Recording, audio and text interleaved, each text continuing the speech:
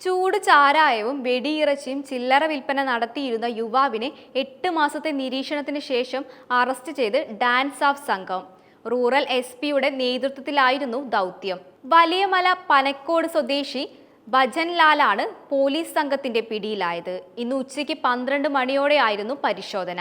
149 litre ചാരായവും 39 litre വൈനും വെടിമരുന്നും കാട്ടുപന്നിയുടെ ഇറച്ചിയുടെ അവശിഷ്ടങ്ങളും പരിശോധനയിൽ പിടികൂടി. വീട്ടുമുറ്റത്ത് പ്രത്യേകം തയ്യാറാക്കിയ അറകളിലായിരുന്നു ചാരായവും വൈനും സൂക്ഷിച്ചിരുന്നത്. ഈ അറകൾക്ക് മുകളിൽ മണ്ണിട്ട് യുവാവ് ചീരകൃഷി നടത്തിയിരുന്നു.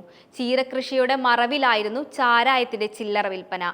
വെടിമരുന്ന് ഉപയോഗിച്ചിരുന്നത് കാട്ടുമൃഗങ്ങളെ വേട്ടയാടാനായിരുന്നു എന്ന് സൂചന. വിശ്വസ്തരായ ആളുകളാണ് ഉൽപ്പന്നങ്ങൾ വിറ്റിരുന്നത്.